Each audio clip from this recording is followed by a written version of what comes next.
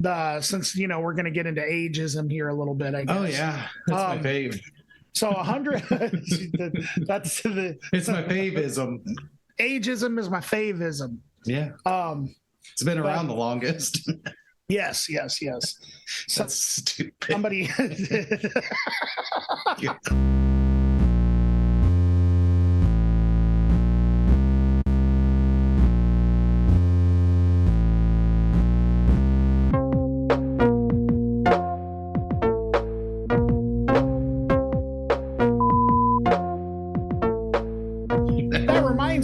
Greetings, citizens of Earth. Welcome to Accelerativ Thrust.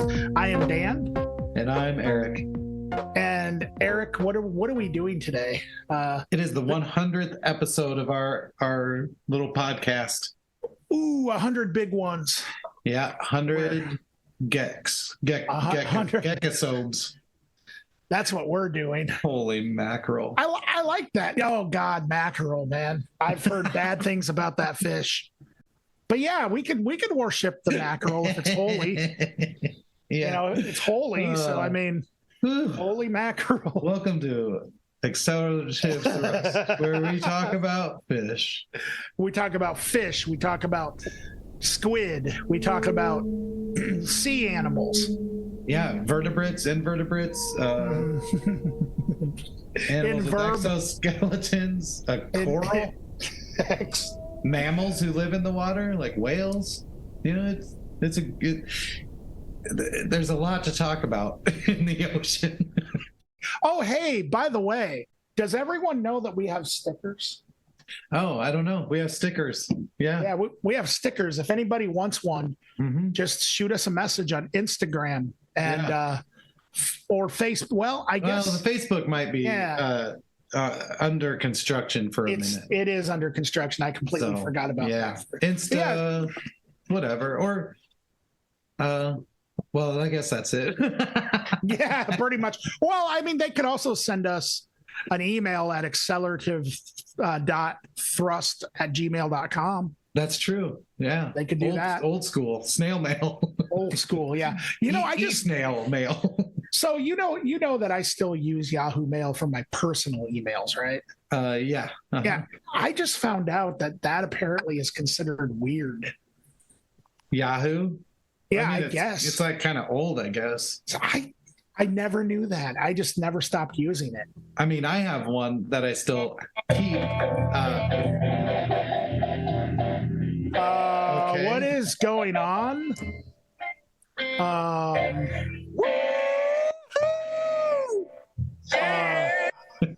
Erik, is this part of? I don't know. Oh wow, that must be what's going on. I'm in overdrive. Oh, I don't know. Whoa, what's? Hey hello? Guys, what the greetings, citizens of Earth. Oh God, what? Wait, hold on. I think you like the crappy Dennis Hopper character in Water. God. Yeah, I'm crashing this 100th celebration, this 100th last episode you guys are gonna have. Okay, it's not the last episode. And what are you doing, Chuck? Oh, this is enemy Chuck. I have hacked your Zoom codes. What are you doing? What is going on? This is.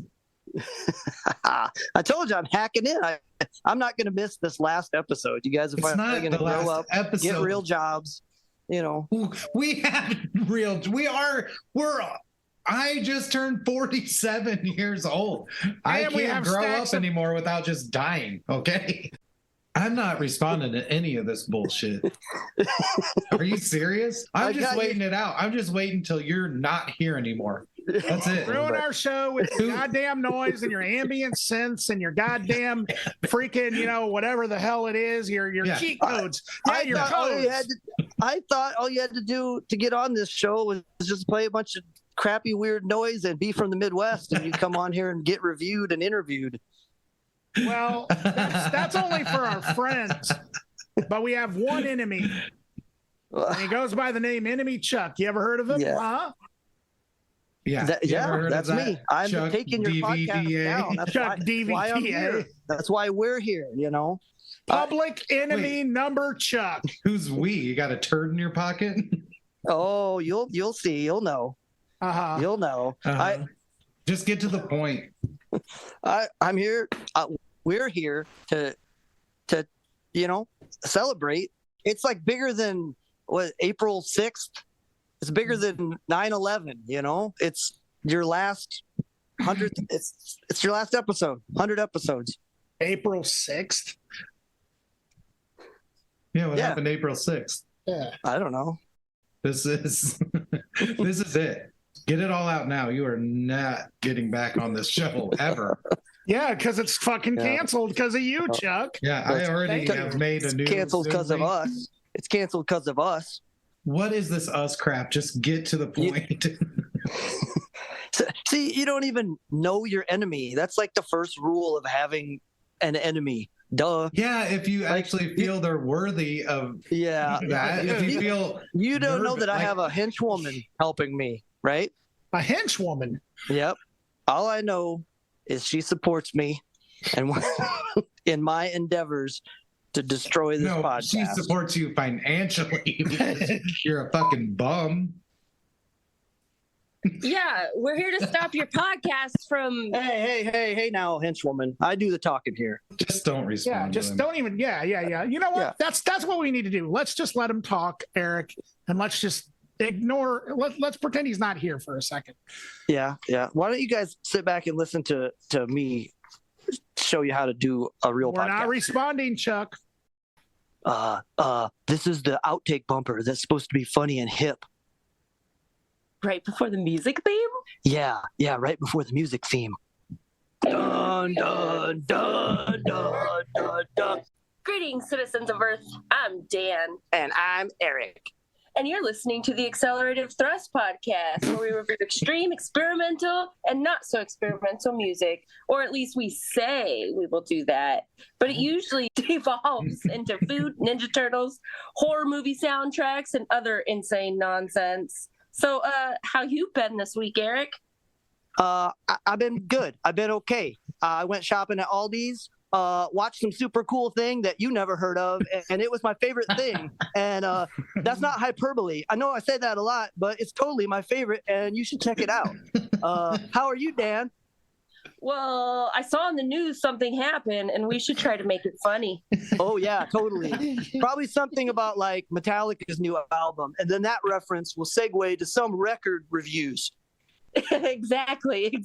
Let's review some music. Come on, everybody. It's record time. Oh, can I try that?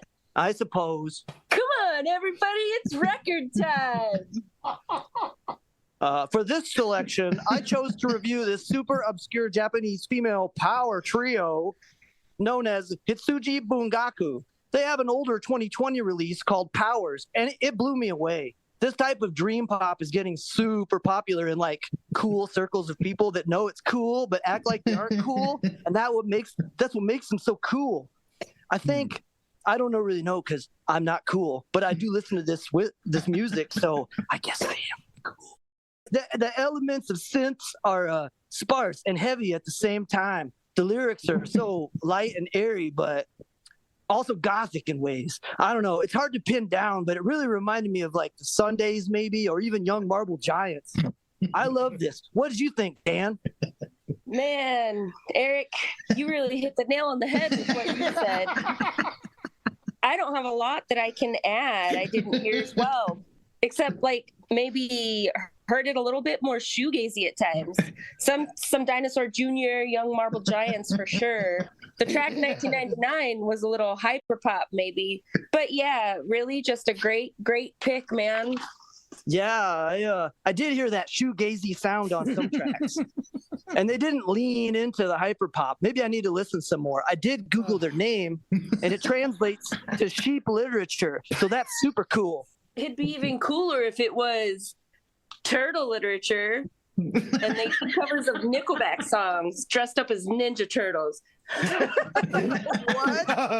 What? Oh, okay. Now we've lost it. We're so crazy sometimes. I mean, we're just so weird and interesting. Okay, what did we learn this week? Oh, I don't know. We learned that Chuck is super cool. He's totally not a bad guy, and no one should listen to our podcast. Yeah, that's totally correct. And about sums it up. See you next week. Yeah, see you next time. Bye. Da, da, da, da, da, da, da, da, da, da. And now here's the cool outro bumper that's like a moment of zen. Wow. How was that? This is ruined. That's all. I guess that's all I had to say. Success. It's funny when things are ruined sometimes. So yeah, I'm just gonna drop in some old reviews. What we decided to do was pick our favorite records that the other person suggested. Mm-hmm. Okay, so the ones I liked most that Dan suggested, and he picked the ones he liked of mine. So I'm just going to name those now because we're actually going to have sort of a flashback episode here. But yeah, so if you're not a big fan of flashback episodes, like I'm not, this might not do it for you. But you should listen to the intro and the outro. Yeah, right. And yeah, just skip. I mean, there's a chance if you've listened for a while that you will have already heard all these reviews, right? But if you haven't, if you're sort of a new listener, you might hear some cool things. But anyway, I'm just going to say them real quick. And I'll just name mine first and then Dan's because they sort of go in order. So what I mean by that is my picks of Dan's. I mean, the picks of Dan's that I like first. Woof. Okay, so we're going to go to Tyler, the Creator from episode 18. That happened in April 1st, 2021. And then we're going to talk about The Armed, episode 45 from October 7th, 2022. And Future Death, episode 66 from April 7th, 2022. And then these are Dan's picks of my picks that Dan liked. Man, that's really hard to say. I should have thought this through. Buck Gooter, episode 62 from March 6th, 2022. Tropical Fuck Storm from episode 77, August 16th, 2022. And Exek from episode 87, December 23rd, 2022. So those are pretty cool. And if you haven't already heard those reviews, then you should listen to them because they are our favorite ones out of 100 episodes. And actually, if we had an average of 4 things that we reviewed, these are our favorites out of at least 400 things we've reviewed. That's really psychotic. Come on, everybody, it's record time. Okay, so I'm going to talk about a record from Tyler, the Creator. It's his latest record that came out a couple years ago called Igor. And I actually, I really like Tyler, the Creator, always have. In like Odd Future. He was also affiliated pretty heavily in the beginning with Earl Sweatshirt as well. Because they were both part of the Odd Future collective, which in recent years, it seems like they have disbanded or kind of gone their own way. But this album just surprised me. I mean, I've heard this record, like I heard it basically when it came out, and I've listened to it. I come back to this record probably at least, I would say, I at least come back to it once or twice every couple of months. I mean, I'm not going to lie and say that I listen to this record all the time, you know? Mm-hmm. But when I do, I really enjoyed it. It's totally different for those of you who know Tyler. It's really different than his previous albums. Basically, what I would kind of refer to this as, if you haven't heard any of Tyler's previous records, they're rap. I mean, he's a rapper. And in fact, some of the earlier stuff that he put out, like the album Goblin, kind of got labeled for some strange reason as horrorcore, which I kind of disagree with that label. I don't think that he really was horrorcore. I think he maybe had elements, But later albums, he started to kind of like incorporate some more, I don't know, synthy stuff or whatever, like to his beats. And then, yeah, this record came out, and it's just like, the way that I would describe it is it's like Tyler making kind of like a twisted take on a pop album. There's some synthesizers, and I would say like definitely has an R&B, soul, funk influence. At times, it actually weirdly reminds me of like vintage electronic hip hop, like I almost hear like some Africa Bambaataa or like Egyptian Lover or something going on here a little bit. But it's very modern. Like, I mean, sometimes I have to admit that it gets a little too close for comfort to me, like too like kind of top 40 pop, you know, because I don't really like a lot of that stuff. And there are times where this record gets pretty close to that, but then it always just kind of seems to veer off and do something a little kind of weird or crazy.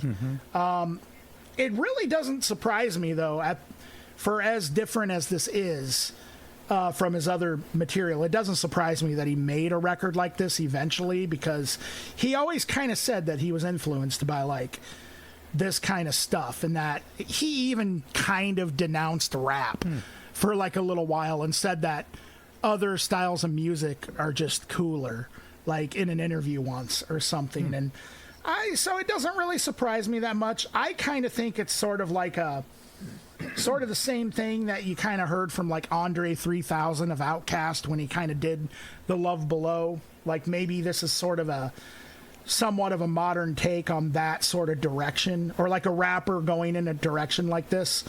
Yeah, I would totally recommend this if you like Outkast, especially the Love Below, Andre 3000 side of that record, Love Below speaker box. I don't know, I hear like Kid Cudi, Childish Gambino, and like, I don't know, if you like some of the more modern day Beck stuff as well, maybe. Yeah, I mean, I usually don't really care much for modern day R&B, a lot of it, but I really like Tyler's take. What did you think, Erik? Yeah, I loved it. Like, I mean, the other records that we reviewed for this week, I listened to them maybe twice through, maybe more like 1.5 times through. This record has been playing in my car for a week straight. I adore it. It's so cool. It's super addictive. Yeah, super addictive. I've heard of Tyler, the Creator, of course. I think that he's pretty well known, but I've never listened to it. Unless he was on SNL or something. I'm such an old man that's like the only time I see or hear anything outside of my weird norm, my norm, if you will. But no, I was blown away by it. It's like the first moment of the first song, you're just like, what the hell is happening? Like, it's just this big, it's really fat, almost dumb square wave synthesizer sound, just and you're like, okay, and it goes on for a while, and it's just like, what am I getting into here? I just loved it. Everything about it was synthy. It was pretty at moments. It was strange. It was dark. I thought the vocals were really cool. Like, I would watch like a full length documentary about the making of this album, because I have so many questions.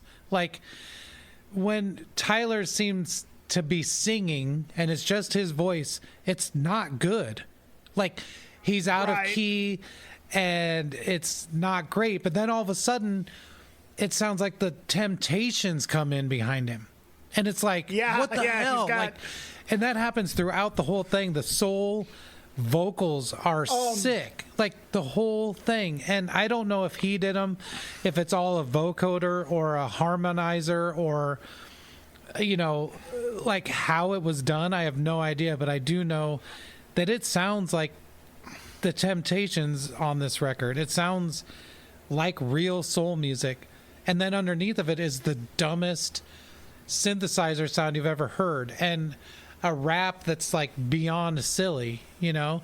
And it's like, it's irreverent, which is, if I had to list my favorite things about my favorite records or what makes me like a record, irreverence is like at the top of the list. Like, giving no fucks is like top for me. I just love it. And this kind of does that. But like you said, it is poppy at times. It sounds like normal music at times, but it doesn't stay there long. It's almost like proving that he can do that just to tear it apart. And I think that's amazing. I love the use of vocal samples. It's something that was huge in the 90s, especially in industrial and especially in rap, but I kind of miss it now. Like people just taking samples of people talking, or even from movies and things like that. I kind of miss that in music, and it happens here, but it's more like his personal philosophies and self-help kind of things. It's so strange. Yeah, And it's yeah, the whole thing is very soulful, weird, upbeat, but also super dark. Like the song Gone, Gone, Gone is one of the cutest things I've ever heard. It sounds like a 9-year-old boy singing it. And then at the end, like, I don't even remember what the line is, but it's so sad. It's like, it's something like, and I'll never be the same again, but it's like even sadder than that. I wish I could remember the line. But it's like, in a way, it's almost like a breakup record in its own strange way. Like, I can't say enough about it. I loved it, and I listened to it, I mean, no less than 8 times this week. So wow. I don't know. Dude, I am so glad. Yeah, it was awesome that I got you into. Yeah. I am so glad I got you into a record this much. Eric. I adored it. I can't say much you more. You probably, from the sounds of it, you might have already listened to it more than me. Yeah, I was blown away by it. At first, I wasn't though. Like at first, I heard the second song. No, I think the third song, and it's like really like an R&B. Modern very, top very 40 love song kind of thing. Yes. And I was like I said, sometimes it gets too close to comfort for me, to that kind of thing, to where I'm just kind of like, where is he going now? And then all of a sudden, a fucking weird synth noise happens or something just out of the blue. And it's super smart. Not to interrupt, I'm sorry, but it's like what I really like about it. And I think I talked about listening to screwed down, chopped stuff. And what I liked about that was you could tell they listened to it, and every second they were thinking, what could we do right now? What can we do right at this moment to make it different every moment? And that is the way this is. There's not 1 second of this record that they didn't scrutinize. They didn't let the tape run. They didn't let the drum machine go. Sure. They didn't let anything just sort of happen. Like it's so smart too. Like the song "Running Out of Time," they sample the run part from the DJ Run. You know, and like and it's just I don't know. Like I said, I could probably talk about it for hours. I could watch a making of documentary for hours. I just thought it was killer. I think there might be one on YouTube. Oh my god! Actually, guess I'm not going to sleep. I don't know. Tonight. Look it up. If there's not, I seem to remember, or at least maybe there was like some sort of like weird like live performance like videos. Yeah. I don't know. Look it up. Look it up after this, Eric. I think there probably is. Okay, so then that brings us to my pick for the week. And in some ways, I kind of think we picked somewhat similar records that are also in other ways absolutely completely different. But the approach and the aesthetic is, I could see how some could actually make some comparisons. I agree. So the name of the record is Ultra Pop, and it's from this group called The Armed. I don't know anything about The Armed other than they are an anonymous collective from Detroit that have a rotating guest list of musicians that they collaborate with. And their early EPs, now I've listened to actually a lot of stuff from them, not just this album. Their early EPs were pretty much straight up hardcore. If you're a fan of Converge, Cave In, Coalesce, kind of that sort of stuff, I think that you would love their early EPs. But a lot more straightforward than this album, because this album is pretty much anything but straightforward. It's very evolved from that. It's not even funny. Like, I actually struggle to even think about how to describe this record. It's almost completely stripped away the hardcore element. And that's kind of what you think when you listen to it at first. And I think if you went back and listened to like their early EPs, you would think that from the first 3 or 4 albums, but then the hardcore element kind of starts to return, but in a completely altered form. This record is impressively but insanely hard to describe.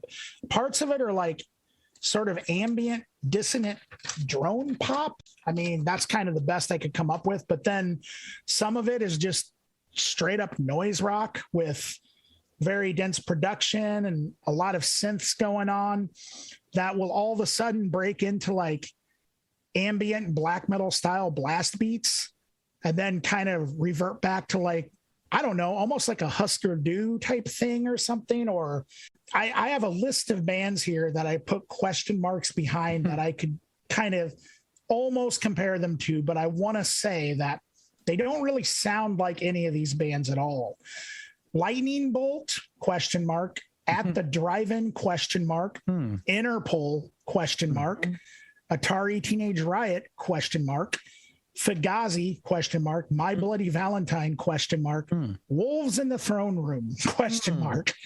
The list goes on and on. It's like they took their favorite parts from all of these records or something and really successfully put them together. But it's such a intriguing listen and very much a blast to listen to. I don't know. I would say it's like hardcore punk presented through the filter of like electronic pop music or something, but not in like the same way that something like Atari Teenage Riot is, because Atari Teenage Riot is just straight up pretty much, when you listen to an Atari Teenage Riot, it starts at one speed and remains that speed.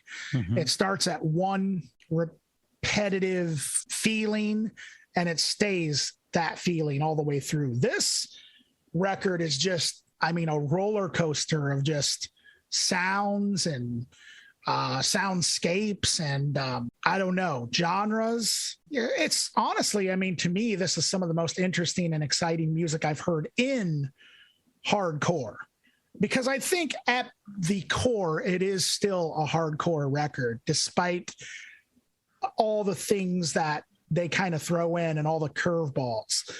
The energy and urgency of the record really reminds me, I don't think it sounds like it, but it reminds me of the energy of Refused Shape of Punk to Come.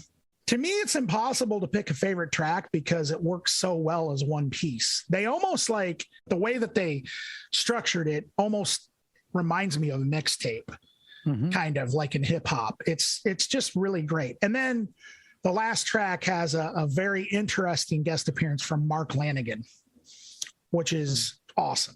I love this record. And to me, it's probably a contender for quite possibly the best record of 2021 so far for me. What did you think, Erik?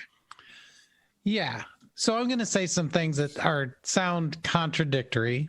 Sure. And that's okay, because I usually do anyway. Sure. And this is going to sound weird, but I'm going to talk a little bit more about what I heard in this record versus what I heard on this record. And I know that sounds confusing, but I'll get there, I promise. So first and foremost, I loved it. It was super fun, but it was super challenging, pretty difficult. Like the whole thing's only 38 minutes.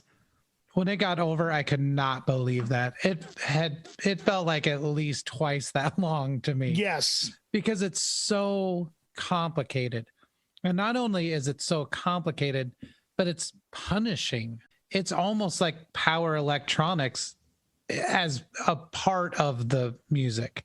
It's like Merzbow level white noise at times, and it's just running, you know, kind of like the digital hardcore stuff where it's just like this constant barrage of noise. But yeah, like I said, I loved it, and it was super fun, and it not only kept my interest the whole time but piqued my interest. I was like, what is going on here? And I also had to go back and listen through the Armed their other stuff because I didn't understand how we got here. If this was the first release, I would understand it almost better than them having a past catalog or a back catalog. Because if they just came out of the gate with this, I'd be like, oh, okay, I get this. I really do. It's kind of like 100 Gex meets Andrew WK. Fine. That's easy to understand. But when you're coming out of hardcore, again, this was presented to me as hardcore, and I just didn't hear it. That was the connection I was talking about with the Lion's Daughter earlier. Like, maybe it's just that I don't understand what hardcore is, but that on both of these records, that's not how I would have described either of them. If no one had ever said that word, I wouldn't have thought that. Because for me, the Ultra Pop is a great name for this record because I really can't think of another way to describe what's happening here. And it's almost in this tradition of how far can we push pop music before it's not pop music anymore. You know, for me, it made me think of things like the Misfits. There is literally, let me find the song title here. A Life So Wonderful is the melody from Hybrid Moments by the Misfits. I was trying to figure out what that was because I had heard that, and I remember like thinking to myself, this melody is so familiar, but I don't know what it is. So to me, it's like I said, in the tradition of these sort of pop groups that just pushed it as far as they could push it. The Misfits, the Ramones, Jesus and Mary Chain, Jay Retard, Andrew WK, Atari Teenage Riot, all of that stuff. Just in how noisy can we make this? How fast can we make this? And then the flip side of that is it's also super epic somehow. Like elements of it reminded me of Enon or Polyphonic Spree or even like ELO. Like the orchestration of the whole thing is just underneath this layer of uncontrollable white noise fuzz. And the whole thing, it's just assembled flawlessly. And I think it is super fun, but I would not put this on expecting to just have this feel like your summer party record. Like it's intense. And it is heavy. I mean, there are thrash level speed on this thing for like a lot of it. So like I said, I came away from it loving it. Super interesting. I would suggest everyone give it a shot, but at the same time, expect it to be a little off-putting because I mean, it is just noise. I loved it. So don't take any of that the wrong way. You should totally check it out. Yeah, it's definitely one of those things where for me, I understand. I could kind of see why it would fall under the hardcore umbrella, I guess. And a lot of that is because of that record, Refuse Shape of Punk to Come. Like there's so much going on here. Yeah. It's really, like Erik said, it's really difficult to like wrap your head around. Both of these records, fantastic. And I think in a lot of ways, both records are kind of similar in that way. I agree. Yeah. I was thinking that earlier that somehow, and that's what I mean by the genre thing. Yeah. I guess if they're both hardcore, then that's the connection.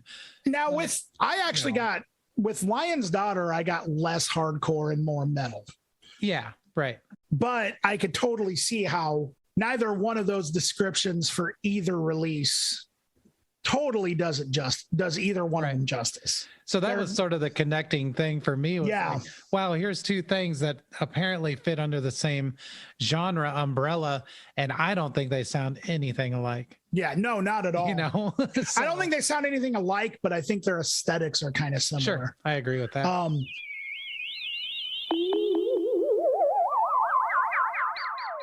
Okay, so we're gonna bring in the drums to our reviews, and we're gonna raise the dead of the records that we chose. All right. Once Weekend at Bernie's gets into my mind, I can't stop. I know, man. I'm the same way. Okay, anyway, sorry. All right, so anyway, Future Death, Special Victim was my pick. And it's a record from a band that I came across while I was looking up acid punk on Bandcamp, which is actually most of the records that I'm going to pick this year probably are. I made an effort to try and find bands that I had never heard before for the most part. I have a reason for that. I just don't know what it is. But it exists for some reason. Anyway, so I really like this record a lot. They have a couple other releases. This came out in 2014, and they have a couple of other releases that are equally just as good, in my opinion. I really, really like this band. This is one discovery that I absolutely love. I'm going to try kind of a different method this week, Erik. I'm actually going to just read verbatim what I have written down. Wow. Yeah. All right. I basically wrote a review. This is what I have to say about Future Death Special Victim. At times, this sounds very super chunkish, but definitely has some shoegaze vibes. The production on the vocals make this sound very haunting. The music does remind me of a combination of, as I mentioned before, Superchunk, My Bloody Valentine, and the Blood Brothers, because there's also a slight hint of bombastic spazzy hardcore when the drums speed up and almost do a blast beat.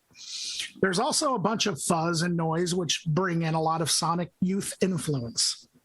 The vocals really remind me of Mac from Superchunk. I'm really, really doing this Superchunk comparison and digging it into the ground for some reason. You're chunking it up. I'm chunking it up. But also, I would say it has echoes of Wayne Coyne.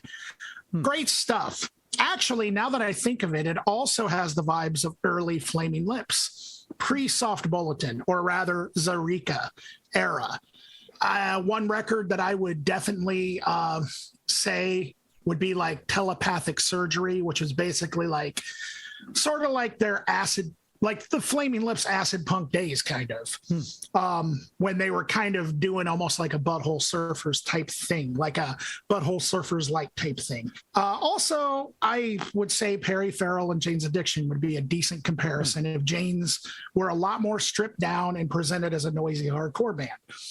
But Future Death is really the only name you have to be concerned about here, because this is, well, Future Death. They really sound like Future Death and nobody else. What the hell do I know anyway? This album slays. Also, this came out all the way back in 2014, and they have released the Amazing Cryptids EP in 2015 and the Holy Fingers album in 2020. Peace out. Now on to Erik. Wow. I like it. I didn't write anything. I didn't write anything. So like yes, I like the term super chunkish. Yeah. I've never heard that. Neither have I. Yeah, I agree with a lot of that. It's one thing I like about doing this show is that, I mean, this is obvious. You have two people listening to the same album. Wow. Right. Pretty amazing insight. No, but it's cool because we all filter everything we take in through our brains, our own experiences, all of our own listening, viewing, reading, knowledge, everything that makes us is the filter that this goes through. So sometimes we have wildly different reactions to things, and sometimes we have pretty similar reactions to things. I think this time it's sort of somewhere in the middle. Sure. I thought it was maybe going for a little more like a psych thing. But I mean, you mentioned that as well. I'll kind of just start reading my notes, which are actually just bullet points, so they won't be as eloquent. Nice, fuzzy, freaky psych, great rhythms and guitar tones.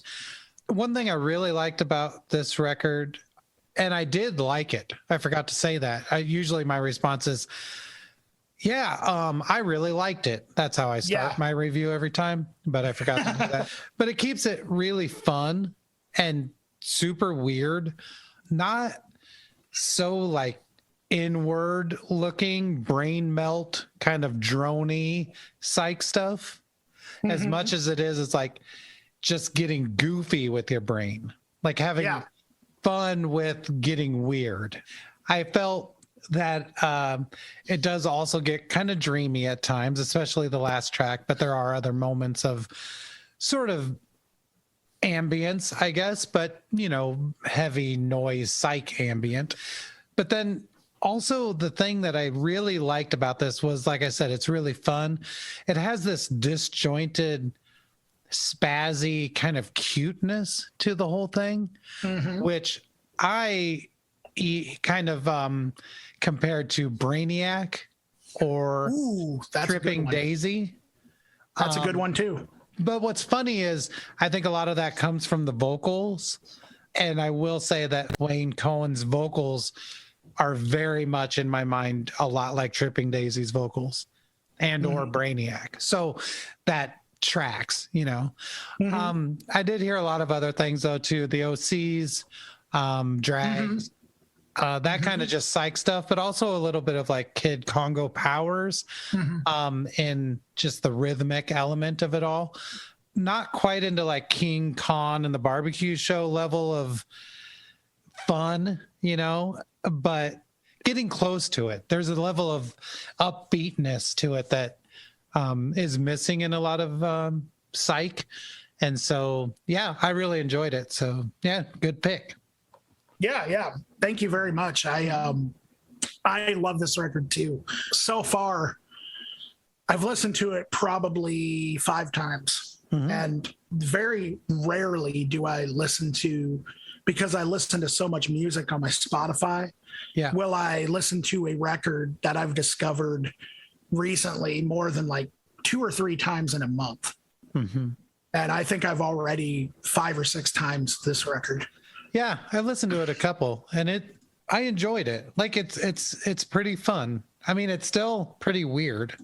It is, and not exactly like light in any way, but really pretty upbeat and fun. And as we get into some springtime, it's kind of nice.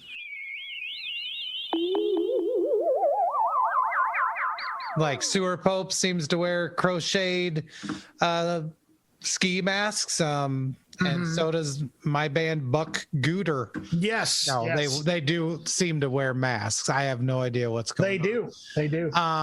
But yeah, Buck Gooter is what I chose. The record's called Head in a Bird Cage, and I think it came out just now. Yeah, last year. I think it was 2021. Yeah. Yep. So fairly new-ish. But yeah, Buck Gooter is Terry Turtle. Terry Turtle does guitar and vocals, and Billy Brains Brett does vocal, theremin, drum machine, electronics. They're from Virginia. The only way I can really describe this is post-industrial no wave. I don't know. It's really hard to put a label on this. And it's not because it's so whacked out. It's because it's so in this space. Like it perfectly fills in this one space that is so specific that I can't even describe it, if that makes any sense. I don't know. I like I said, it's kind of a hard one. Yeah, the first track opens and it sort of is like a Be My Baby kind of thing, but it's all messed up. It's all distorted. The timing's screwy. I don't know. And it just kind of goes from there. And we never really get a foothold on what we're hearing. So I'm just going to read a list of things that I thought it reminded me of, because unfortunately I would love to give original thoughts and have that be some sort of explanation for what music sounds like, but I can't do it. I have to mention other bands so that you guys get a sense of what it sounds like. So It does have elements of traditional industrial, like really traditional, like Einstürzende Neubauten and early Ministry, Cabaret Voltaire, like real early stuff. Even current 93 at times with how minimal the arrangements are. Definitely a huge goth influence. Christian Death and Bauhaus specifically come to mind. But then also elements of no wave, especially Birthday Party, Tuxedo Moon with kind of how the bass and drums sound, Suicide, but mostly what it reminded me of, it was J.G. Thirlwell / Fetus. I don't know, Dan, if you've listened to much Fetus. A little bit. But basically, my understanding of Fetus is, I don't know, somehow it's swing music, but it's industrial. Right. with J.G. Thirlwell kind of just yelling over it with lots of heavy percussion.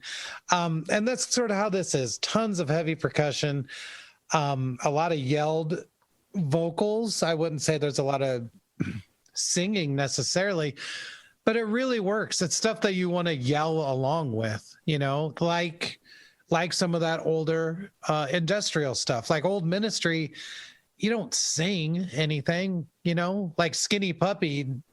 Yeah. Maybe there's a few parts where you can sort of sing along, but that's not really the point. This is really sort of that crux, that moment where the nexus where all these things sort of meet, and there are moments of really pure aggression involved in it. I don't think it ever comes off as like actually aggressive. This isn't heavy music. This isn't angry necessarily, but it is noisy and it is loud. And yeah, all I can really say is you should check it out. I think it's really cool. And I also thought this one was really fun, even though everything I just described is absolutely not fun, but it comes off as fun. It's at least self-aware. You know, I just really enjoyed it. And I don't know. Hopefully, Dan, you have some other words that can be used, because all I really did was list a bunch of bands. But if you like that list of bands, I think you would really like this. So what do you think, Dan? Yeah, I thought it was amazing. Quite possibly one of, if not my favorite pick that you've ever picked on the show. I really like this a lot. I listened to it 3 times. Because the first line that I wrote in my notes is, have no idea how to describe this. Yeah. But then I started thinking about it. Otherworldly and alien are 2 I guess, what do they call them? Descriptors. Yeah. And I would say that, especially that first track, sounds very otherworldly to me. Like, almost like majestic, like it's very new wave industrial punk goth, like you said. The production is very dense and foggy at times. Like it really honestly sounds like I'm driving through like a forest at night, and I can't see in front of me, like almost like you're boxed in, you know what I mean? And in all the best ways. Sometimes it's got that sort of a dark twang, sort of reverb element. I'm assuming that's probably where the Fetus J.G. Thirlwell element that you were kind of talking about. Like, I've never really listened to Fetus. I have heard J.G. Thirlwell stuff. Like, I know he composed the soundtrack to the Venture Brothers show. Yeah, and Super Jail, I believe. At least Super Jail, yep. Credits, yeah. And he's also collaborated with the Melvins, who are, of course, one of my absolute favorite. But yeah, this is amazing. It really just kind of, there's a theatrical aspect to everything that they seem to do. Like you were saying, they wear the masks and everything that I find very appealing. I really like the production of it. I definitely hear the drum machine thing. Sometimes it kind of reminds me of like the music of Twin Peaks or something, you know? All of those bands that you mentioned, I definitely would have to agree with. I hear some Swans. I hear some Skinny Puppy. The drums are almost ridiculously gated at times, which I think is really cool. And yeah, Bauhaus. Absolutely. I heard a lot of that going on. David Lynch in general, Mm-hmm. 9 Inch Nails, Skinny Puppy, things like that. Another real, to me, especially in the voice, because you mentioned the shouted vocals. To me, another like reference that I would say would be Big Black. And the reason why, yeah, for sure. The reason why I say that is because I think that the vocalist, the main vocalist who, what's his name? Between Terry both? Turtle. Actually, Terry Turtle and Billy Brains Brett. Okay. They both do vocals. Names. Yeah. Okay. I don't know which one it was, but when he shouted, sounded almost eerily identical to Steve Albini to me. Yeah, that's great comparison. I didn't even think of Big Black. I think Big Black, and I think they probably wear the Big Black influence on their sleeves. Yeah. I mean, that's what I would say. So yeah, if you like industrial music, if you like dark gothic twang at times, if you like horror, and if you like noisy gated drums, I think you'll like this. So This is absolutely amazing. Thank you for picking this, Erik. Yeah, I think that first track, Nailed to the Cross, oh man, probably one of the best tracks I've heard in a really long time. And I really love it. It sets the tone for the record perfectly, and I would have to say it's my favorite track on the entire album. And it's funny because, like I was saying, it has like an older rock and roll kind of feel to it, and it doesn't really reoccur throughout the record, but it sets the tone for you to know that that's in there somewhere. Yeah. And that's cool. That's really how the record works. For as overt as the sounds are, I think the environment's really subtle, and that's pretty awesome. Absolutely. I don't know. Yeah. Absolutely. So, my pick, let me start by saying this had two things against it starting out before I even heard one note. First one is they have 180,000 monthly listeners, which for me is a little bit bigger band than we usually cover on here. And that doesn't matter. I'm glad for people's success. You know, I'm not one of those elitists, like I only listen to shitty bands no one likes. But no, I mean, that's just, they're popular. Like we can say that. The second thing was the band name is Tropical Fuck Storm, which is a little overt for me. Like I don't have an issue with it on any level, but it's just kind of like, whoa, that's quite a name. But yeah, I picked it and I am gonna review it right now because that's what we do on the show. Duh. So Tropical Fuck Storm record is called Deep States, and it came out in 2021, and I verified that. I didn't just go off of Spotify. But yeah, they're an Australian band, emphasis on the alien part, has members of the Drones, High Tension, and Mod Con, which I've not listened to those bands, but if anyone has, that might give you an indication of what they sound like. Yeah, this is kind of weird stuff. It's hard to place what is happening, but it's really good and it's really cohesive. And I think it has a vision. It's fun. It starts out and it's like maybe some sort of like Sonic Youth worship kind of stuff. It feels like on the first track. And then you get into the second track and kind of all bets are off. All of a sudden it sounds like hyper pop synths over Sleaford Mods kind of vocals with heavy hip hop beats and strange atmospheric sounds in the background. All of a sudden you realize that you're in deep water all of a sudden is kind of how it feels. But yeah, the record in general, it has elements of noise, rock, hip hop, reggae, punk. It's really a hodgepodge of different sounds and styles. But yeah, they make it work. It's really interesting. And like I said, as it's really cohesive through and through. It kind of reminded me of that Crack Cloud record we reviewed a while back, as far as how much stuff is being put into this, how many influences are finding their way into this. But yeah, really great synthesizers, great drum machines, but also it doesn't feel electronic at all. This, to me, this always feels like a band.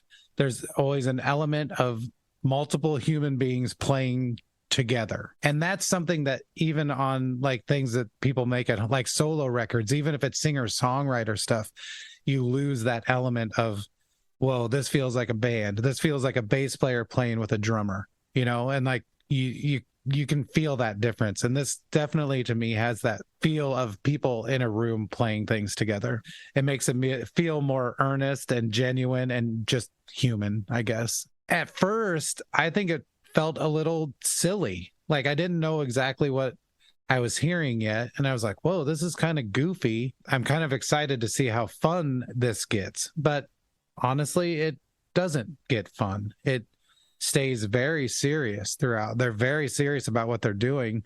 I'm not saying it's dark, even though near the end of the record it does sort of gets kind of dark, but it's not goofy music. It has goofy elements. It has silly sounds sometimes and movements that are kind of eccentric and quirky.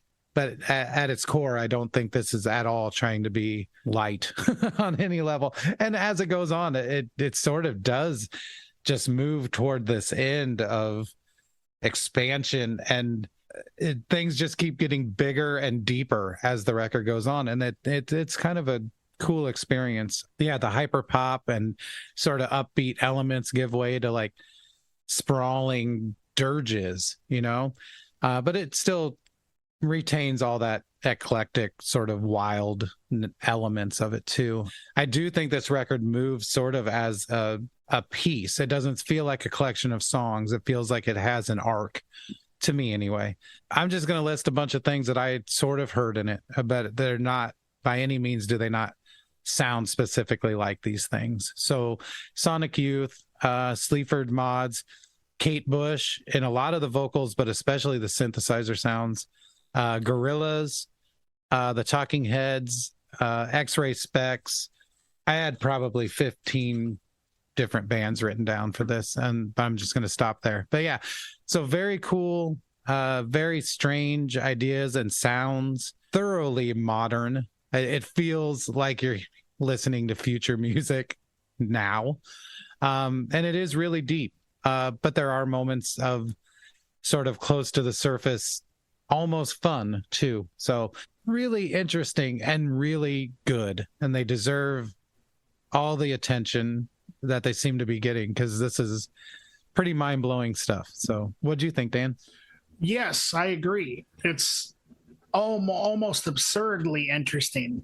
I mean, I listened to it a couple times and I still don't think I can necessarily describe what I was hearing. It's literally, to me, this is unlike most, if not all, things I've ever heard. It's such a hodgepodge in one sense of a lot of different things I have heard, but then it's also altogether something that I've never heard, if that makes any sense. Yeah. One thing that I want to point out, and I think this makes total sense, is that they actually did an EP with King Gizzard and the Lizard Wizard called Satanic Slumber Party. Which I like that name. Yeah. And that makes sense to me because something's going on in Australia. Yeah. I don't know if maybe like the animals, the poisonous animals are like biting them and then they have to make this kind of music. I don't know what's going on, but King Gizzard and the Lizard Wizard doing a collaborative EP with this band just makes total sense, because King Gizzard and the Lizard Wizard in another sense is just as experimental and off the wall as this, but also kind of maintains, like you said, Erik, there's sort of almost like a touch of normalcy to it too. And what I mean by that is it does sound like a band, even though they may throw in electronic elements and things like that. So I listed a bunch of things that this made me think of. And so I'm just going to go ahead and list this, and then I'll kind of explain some of the things. Experimental, art rock, art punk, slacker punk, ambitious punk. I know some of these are just really ridiculous. Noise rock, Talking Heads. I agreed with you there, Erik. Psychedelic, kraut rockish, Oneida, Pavement, Public Image Limited, Wire, King Gizzard and the Lizard Wizard, Fugazi, Residents, Throbbing Gristle, Gang of Four, Kraftwerk, No Means No, Built to Spill, Ladytron, Nick Cave. If you like all of those bands, if you like all of those bands and artists that I mentioned, and also I would throw in Kate Bush. I never thought of that. I would not expect this band to sound like any of them. Right. I'll say that right away. But like with the Pavement element, Pavement in their music does a lot of dirging. Like they kind of do, we'll do this like thing where, Stephen Malcolmus will sing like just a really great melody, and it's kind of, really catchy, but then all of a sudden at the end they go into this dirge, like you kind of mentioned, Erik. There was a lot of that going on. Like there were times where, and that's why I'm glad you said that it sounds like a full band, because the way they approach it, even the electronic stuff, it sounds like a guitar, bass, and drums kind of just coming to this big epic conclusion at times. All of these elements just kind of come together and create something that I'm at a loss, and that's great. That's awesome. I would also say that most of King Gizzard and the Lizard Wizard that I've heard, I would say that that's kind of what they do, but in a much different way as well. And not to compare the two, because they're both from Australia, but it's like again, there's something going on in Australia, man. Well, yeah, I think we've reviewed at least two other psych bands from Australia. Yeah, too. I think it's just like something in the air. I don't know. Something in the air, and I don't know. Maybe it's the heat that maybe it's climate change that's causing. And they are called Tropical Fuck Storm, right? After all, yeah. But yeah, if you like everything that I mentioned, but then want something that doesn't sound like everything I mentioned, then, but has elements of everything I mentioned, then that's really all I can say about this, man. It's this one thing that I really enjoyed is there was a storytelling element. I don't know if you picked up on this, Erik, but from my perspective anyway, there was a huge storytelling element, especially in some of the later songs. I think like when, like the lyrics and the story was serious, but the presentation was kind of just absurd. That's where I would say the Sleaford Mods thing would come in for sure. I think Tropical Fuck Storm, I think there's an honesty to what they're doing. Especially, I mean, maybe the other records are different because they have like 3 other records. Yeah, I need to check out the other ones for definitely. Sure. But at least on this record, it seems like it's just completely honest. Like it seems like they just sort of were like, okay, I'm just going to present this way, and didn't really think about it, like. But then at the same time, there's got to be at least some thought to what they're doing, because what they're doing is so just out of this world as far as I'm concerned. It was such an interesting listen, and I'm not going to lie, it was challenging at times. Sure. Where it was just like there were a couple of times where I'm like, I really have no idea where this is going. But I think that they kind of did that on purpose, and I think that that's what this band is about. I think what this band is ultimately about is challenging the norms that you have in a song. And that's why it comes out as like, it's not completely unlistenable. It's not, it's experimental, but it's experimental in a way that is also has at least some tradition, if that makes any sense. So yeah, this was an excellent pick, Erik. I'm really glad you picked this. I was trepidatious about it. I mean, I know that band names, I don't know. It just, it seemed silly. And then when I listened, I was like, oh, this isn't silly. And then you sort of rethink the name a little bit. It's like, well, if they're serious, then what the hell does that mean? Yeah, like if it's not just for fun, then what is this? So it actually, in my opinion, it actually fit the music perfectly. I agree. Because like I could imagine a tropical fuck storm being like this, almost like controlled, chaotic thing presented by Mother Nature. Right. Yeah. You know what I mean? Yeah. And like, so I think that's kind of how I would describe this band, is it's this controlled, chaotic thing that's in some ways unnatural, but in other ways completely natural. you know?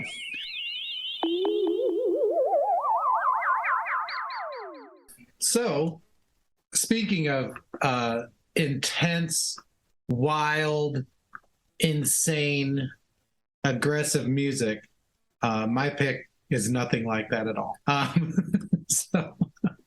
My pick for this week is by a group called Exek, EXEK. The album is called Advertise Here. Came out this year. I thought this was a cool record. I don't know how to say it. It's really comfortable letting you live in the songs for a while. And that's always something that I really enjoy above anything else. I really like people to be confident enough with their songs that they just kind of let you stay there for a minute and just, and like I said, live there. Exec, I don't know. It's not easy to go into great detail about it because I feel like in its subtlety, it's really overt. Like I said, the songs are what they are and they last as long as they last. They're very strange kind of songs, strange moods and feelings and presentations, really angular at times, really rhythmic, almost that, like I always say, motoric kind of rhythms that are just driving and don't really stop or change. But at the same time, a really super mellow vibe as well. There's elements of no wave, new wave, I would say dream pop, even like goth stuff to an extent. I don't know if people consider goth a genre of music, but I think there are some things that can fit in there together really well. Yeah, I feel at a loss with this because it's like trying to describe Beach House or something. Like it's so mellow and so just what it is. It's hard to find specifics in it. So as always, when I'm at a loss of actual words, I'll just tell you about some bands that it kind of reminded me of. Cigarettes After Sex, in the sort of mellow, ethereal kind of feel to the whole thing. Broadcast, as far as the vocals, the organ sounds, synth sounds, things like that, and just sort of the presentation overall. Belle and Sebastian, as far as the vocals and how they were presented, and even maybe some of the melodies. And those are sort of the tangible, slightly approachable bands that I can think of. The other ones might be like Psychic TV, Tuxedo Moon, ESG, because there is some funkiness to it. So you see where I'm going with this. But yeah, it's presented really well. I love everything about it. Very cool guitar work, cool synths, organs, electronics throughout. I enjoyed it, and like Dan said about the last record for him, this one checked a lot of boxes for me, and I just really liked it. Yeah, what do you think, Dan? Yeah, this I listened to this probably about 4 or 5 times, and I was, and still kind of am, in the best ways, just at a loss for words. But it's like, I just think this is a really, really cool record. It's not a record that, 5 years ago, maybe even 1 year ago, that if you would have played me something like this and said, you're eventually going to listen to this 5 times in 1 week, I would have just laughed in your face. Like, there just would have been no way. But every time I went back to it, it got more and more intriguing to me. So I'm going to, I took some notes, and I'm going to try and explain what this record meant to me the best that I can.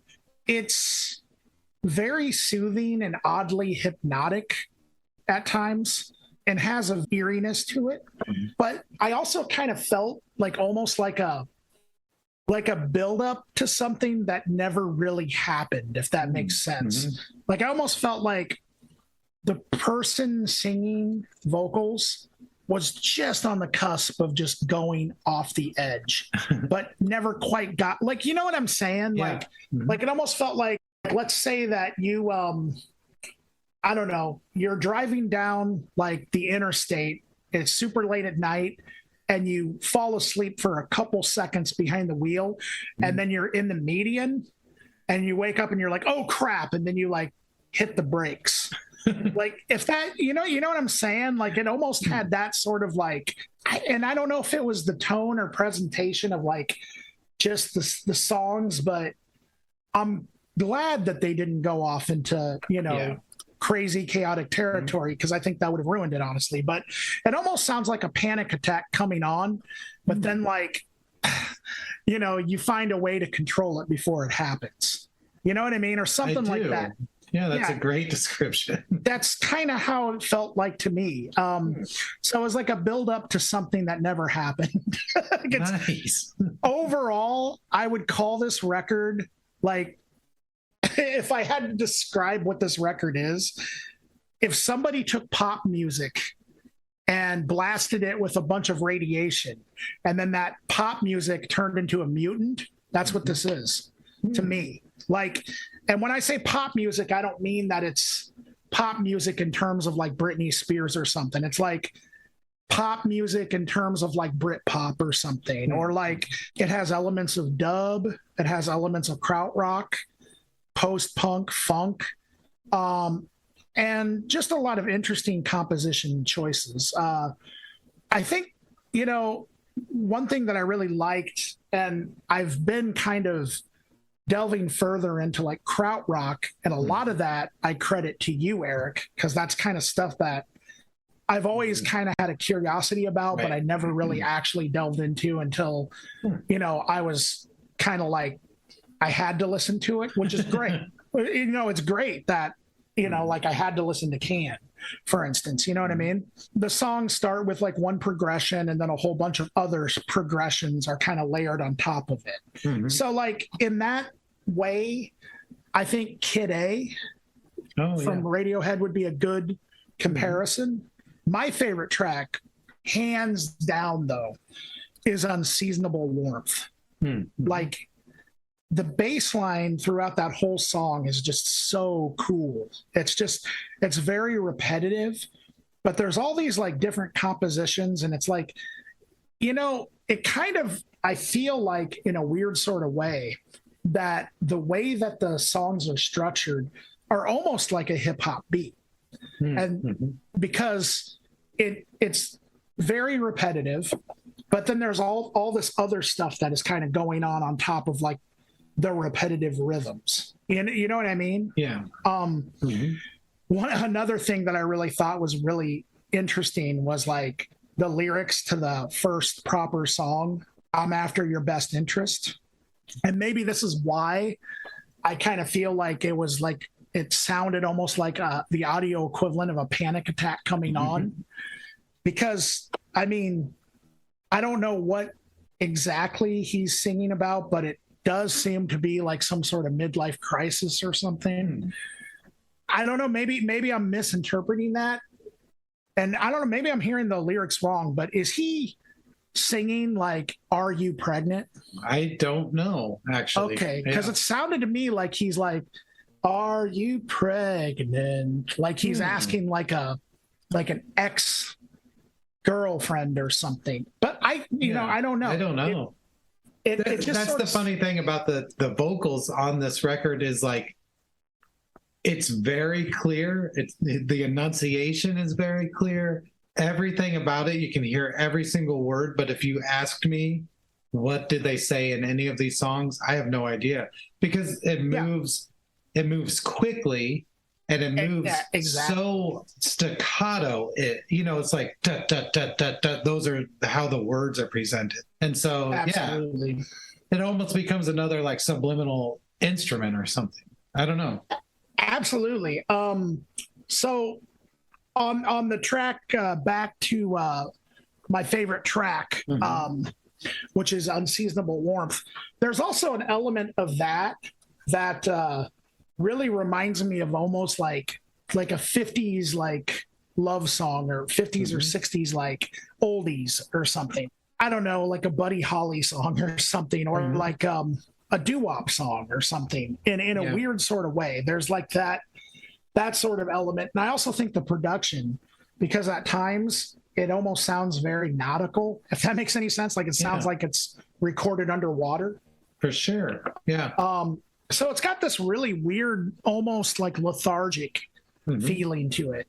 Like I'm just picturing like a blue room or something, you know, and it's, I don't know. That's just kind of how I'm viewing, but it's such a fascinating record.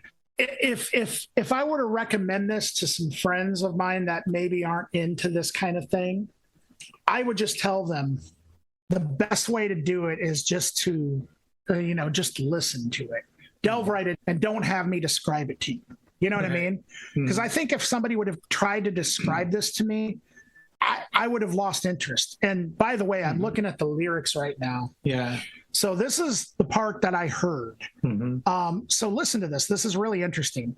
The various pictures, the many problems, like lips that drag along the ocean floor and pick up every whore with fishy breath.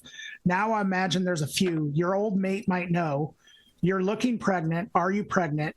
Now I imagine you don't mind having surgery. Routine procedure. I still need you to be still for now. Wow.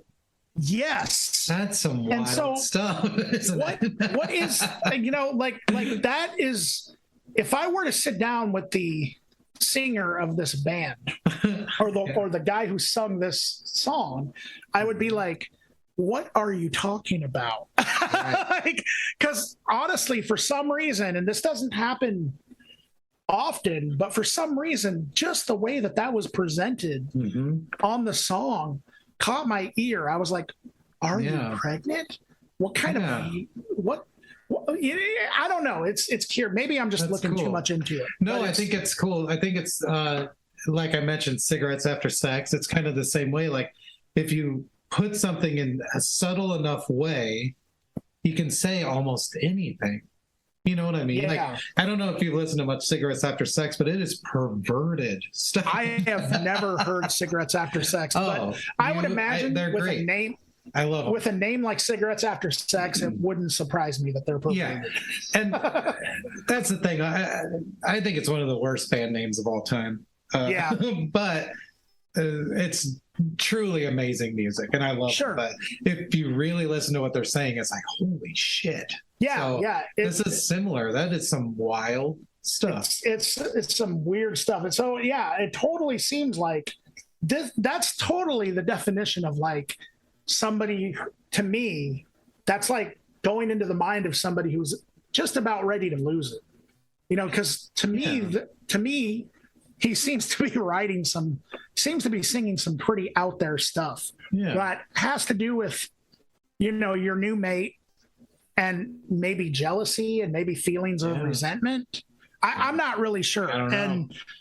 But aside from all of this, because I don't have, just like you with hardcore, I don't really have a lot of reference points for this kind of, like, I feel like you're way more well-versed, and we've talked about this, krautrock, dub, post-punk, even no wave.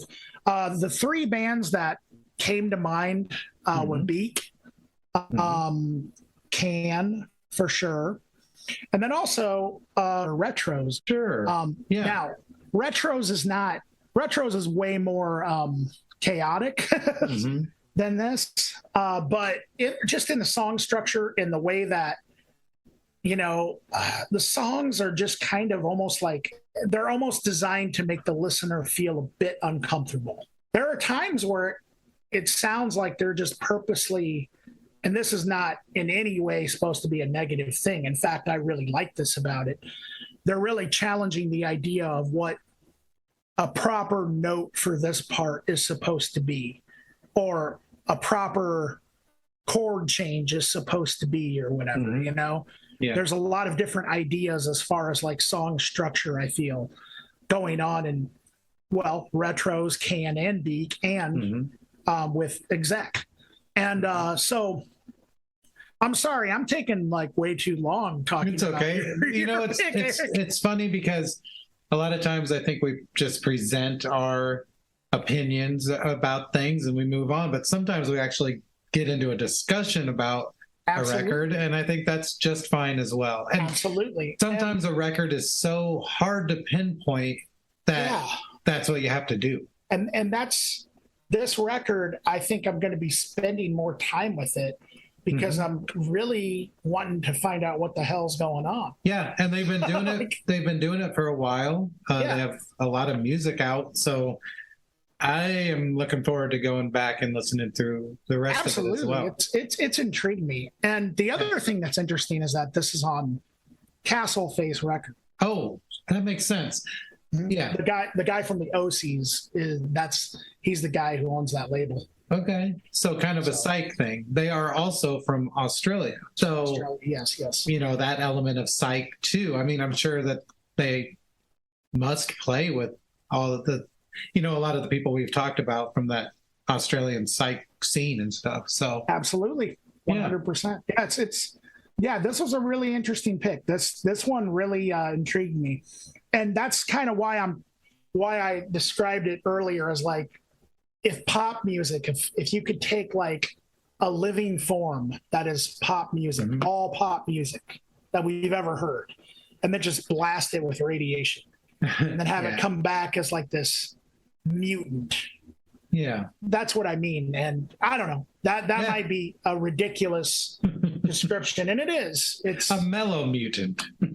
Yeah, exactly. A mellow mutant that is almost going to have a panic attack. So what's going to happen is it's going to be like the Thing from, not the Thing. The Blob? No, from Fantastic Four. What's his name? Ben Grimm? The Blob. Isn't that, he's called the Thing, isn't he? Yeah, I think he is. I think he is called Thing. But anyway, like, when he kind of has his like fits of rage, but then like the other members of the Fantastic Four hold him back. That's what this is. Yeah. This is the Ben Grimm of pop music. Wow. I love it. I like that. Wow. It's like, hold on, you can't get that angry, but I know you're upset about, I don't know what it is, but I don't know. Yeah. Wow. I'm at a loss for words. Wow. So I think, if you're listening, you should give this record a shot. I mean, absolutely. If it makes us this confused, you're obviously going to like it. So yeah. And a lot of you are probably like, well, I'll like anything that confuses Dan. Yeah.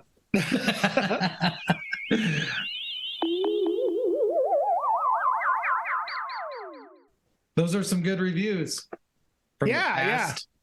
I don't know if they make up for people having to listen to Chuck. And isn't he just horrible? Isn't he just horrible? The worst. Terrible, man. Yeah. I guess we do have to change our codes, don't we? I kicked him out, and I got to change the code. He's back in the waiting room. So, but I'm not going to let him in ever again. We have asked a lot of the listeners this week. We have. And I think we should let him go. But I do think we should say, for real, thanks for listening. 100 episodes seems like a lot. Seems like a big deal. And thanks for listening and for your continued support. I don't know. It means a lot. It really is. This is really a labor of love for us. I mean, we really do enjoy discovering new artists from around the area and talking about them every week. So 100 episodes, we couldn't have done it without you listeners out there. And it is awesome that we've gotten this far. I mean, I thought I was done at episode 3 and it's just awesome that this really is a milestone. I mean, I really am proud of what we've done at this point. Yeah. But all right. Thanks for listening, and we hope to hear you next week. Yeah. Well, all right. Well, we'll see you guys later. Bye. Bye.